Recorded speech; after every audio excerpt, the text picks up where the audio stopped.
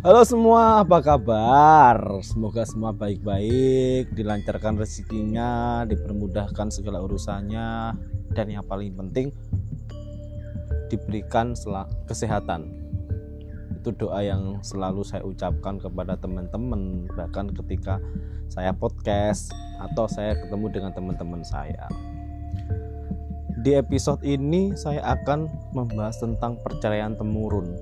Apa yang dimaksud dengan perceraian temurun? Sebelumnya saya juga tidak ngeh dengan kalimat perceraian temurun. Berhubung sebelumnya saya pernah bertemu dengan seseorang, nah beliau ini bercerita kepada saya, Mas Tigor, gimana nasib rumah tangga saya? Akhirnya saya bertanya, karena saya tertarik dengan kalimatnya mbaknya itu. Rumah tangganya kenapa gitu. Ya saya bertanya, kenapa mbak tentang rumah tangganya? Mbaknya itu menjawab, ya Mas Igor,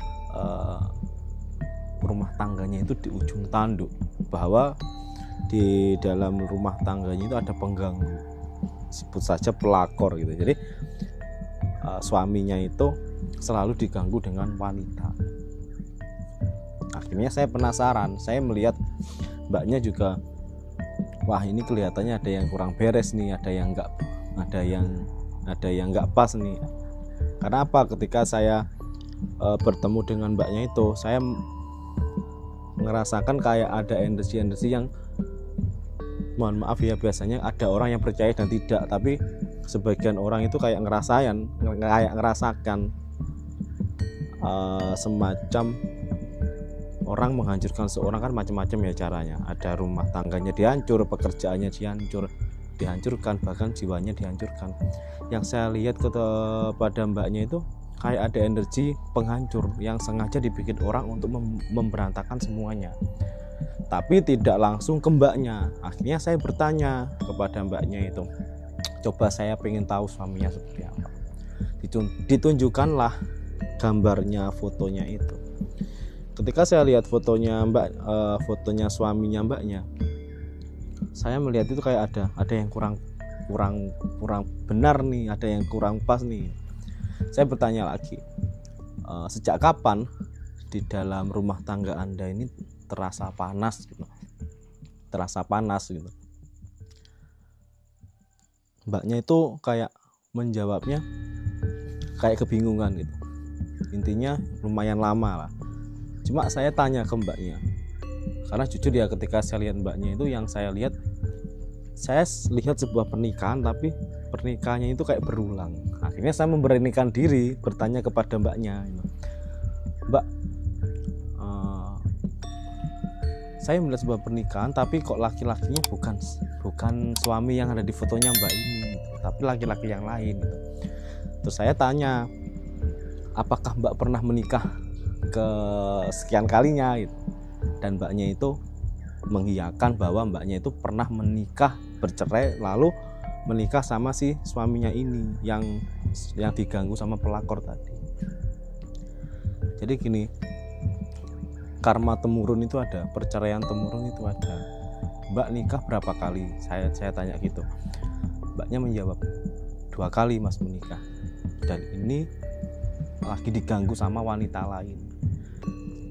Oke, Mbak menikah dengan yang baru ini, dulunya itu duda, perjaka atau gimana? Mbaknya itu dengan tatapan mata yang kayak kaget gitu, kayak wah gitu. Dengan pelan-pelan mbaknya itu bercerita ke saya, iya mas, ini kalimat yang diucapkan mbaknya. Saya dulu kenal dengan suami saya yang ini itu dulu teman SMA saya itu, tapi sudah punya keluarga, dan mbaknya ini ngambil suami orang gitu. Jadi ada karma temurun juga, mbaknya ngambil suami orang, setelah menikah sama si orang tersebut, gantilah diambil suaminya gitu. Nah, yang bikin saya permasalahan, ini dari karma apa dari dibikin orang? Ketika saya lihat fotonya suaminya, saya lihat mbaknya, ada energi, ada aura yang dibikin orang. Nah, saya kan juga kebingungan. Selain mbaknya juga karma, kok ada ini gitu. Terus gini, aku berbicara secara apa ya, sampai gelegean aku. Secara lebih dalam lagi sama mbaknya. Saya tanya, mbaknya ini sudah nikah 2 kali ini dan mau hampir cerai gara-gara datanglah seorang pelakor di dalam kehidupannya keluarganya mbak. Saya jelaskan sama mbaknya, gini loh mbak ya, yang namanya karma itu juga ada. Kalau mbaknya ngambil suaminya orang dalam kondisi beliau itu belum bercerai, terus beliau itu merelakan bercerai demi menikahi mbak itu ya nggak salah kalau mbak saat ini mendapatkan karma seperti itu. Karena apa? Mbak juga dulunya ngambil suaminya orang. Saya bilang seperti itu. Terus saya gini, coba saya pengen tahu foto semuanya, termasuk ibunya mbak, orang tuanya mbak. Saya juga lihat itu, loh kok energinya pun juga sama seperti yang mbaknya gitu loh. Mbak pernah bercerai, apakah ibunya mbak juga pernah bercerai? Dan mbak itu juga menjawab, ya ibu saya juga 3 kali bercerai. Nah itu namanya perceraian temurun. Orang tuanya bercerai sampai 3 kali secara nggak bener juga, terus anaknya juga bercerai secara nggak bener juga gitu. Ada karma temurun. Ini ya ciri-ciri karma temurun, ciri-ciri perceraian temurun yang dibikin orang, yang dihancurkan orang. Ternyata ketika saya cek, saya lihat yang dihancurkan itu bukan mbaknya yang ketemu saya, tapi ibunya mbaknya itu. Ibunya mbaknya itu kayak punya permasalahan dengan seseorang. Jadi saya dipertemukanlah saya, mbaknya sama ibunya itu. Akhirnya saya ngobrol sama ibunya juga, ditemukan. Terus ibunya bercerita tentang kronologinya dan saya nangkap sesuatu, bahwa ada seseorang yang berusaha merusak ibunya. Pada saat itu yang tidak diinginkan adalah agar rumah tangganya berantakan, agar pekerjaannya hancur. Dan ibunya itu juga bilang gini, lah iya mas bener, selama saya menikah dengan suami saya yang terakhir ini, pekerjaan hancur, yang mulai dari kaya raya tiba-tiba nggak ada apa-apa dan sangat-sangat minim. Terus saya punya anak seperti ini juga, anak saya juga pernah mengalami seperti saya gitu. Ternyata kejamnya sihir itu seperti itu, kejamnya guna-guna itu seperti itu, diguna-guna, disihir, dikirim sihir agar rumah tangganya berantakan. Akhirnya tanpa sihir itu terputus, kenanya juga ke anaknya. Anaknya pun sama. Ketika rumah tangganya diganggu seseorang dan dia mengganggu seseorang juga, pekerjaannya pun juga berantakan gitu. Terus saya tanya lagi ke orang tuanya mbaknya tadi, apa alasannya kok ibu sampai juga bercerai 3 kali gitu. Ibunya bercerita, awalnya itu tidak ada masalah apa-apa, tiba-tiba suasana rumah itu panas, pekerjaan berantakan, suaminya selingkuh, lalu ibunya tadi juga membalas selingkuh. Jadi yang laki-laki selingkuh, yang perempuan selingkuh, sama-sama selingkuh, jadi sama-sama salah itu. Tapi suaminya menyelingkuhi seseorang juga, istrinya juga menyelingkuhi orang juga, akhirnya bercerai lah gitu. Itu yang sangat fatal gini, energi buruk yang dibikin orang, yang disengaja buat ngancurin rumah tangga orang, itu tidak akan pernah bisa terputus dengan sendirinya tanpa diputuskan. Nah, untungnya anaknya yang ketemu saya itu masih belum sampai ke talak berapa gitu ya. Kalau memang mau tidak batal cerai ya bisa gitu. Terus aku ngobrol nih sama bertiga, ada aku, ada siapa, anaknya, dan juga ada ibunya. Bu, kalau kita putus karma gimana? Kalau kita menghilangkan energi buruk di dalam tubuhnya kalian gimana? Dan beliau ini ada yang kayak seorang limpar atau apa gitu. Jadi ibunya itu kayak oke lah, bersedia. Saya yang hanya menjembatani saja, semua itu hanya diserahkan kepada sang pencipta alam. Ibu agamanya apa, ibu keyakinannya seperti apa, ya saya kira ibu harus taubat gitu.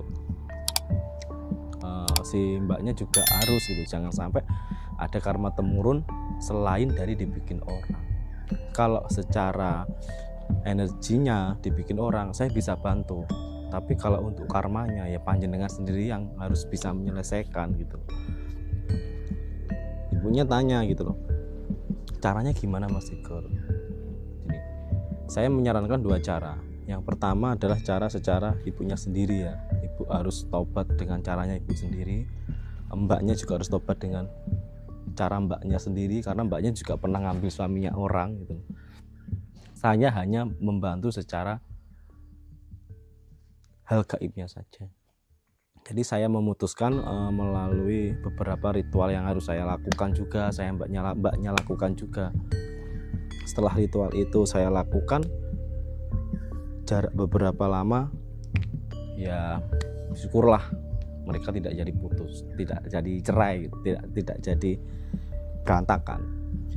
Cuma yang saya khawatirkan di sini, energi gaib itu bisa direm, bisa dihilangkan. Tapi kalau masalah karma, saya nggak ngerti. Karma itu ditanggung masing-masing.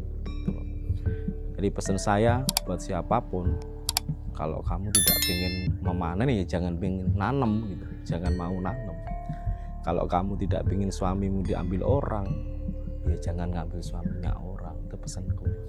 Jadi ngeri sekali kalau masalah seperti itu. Dampaknya ke anak cucunya. Temurun, sangat temurun. Ibunya ngalamin, anaknya ngalamin. Kita nggak ngerti apakah nanti cucunya juga ngalamin. Selagi energi negatifnya yang dibikin orang itu bersih, ya sudah, tidak akan terjadi nih ke keturunan selanjutnya. Tapi kalau karmanya ya ditanggung diri sendiri. Jadi di sini saya cuma berpesan kepada siapapun, jangan pernah sekali melakukan hal itu. Karena apa?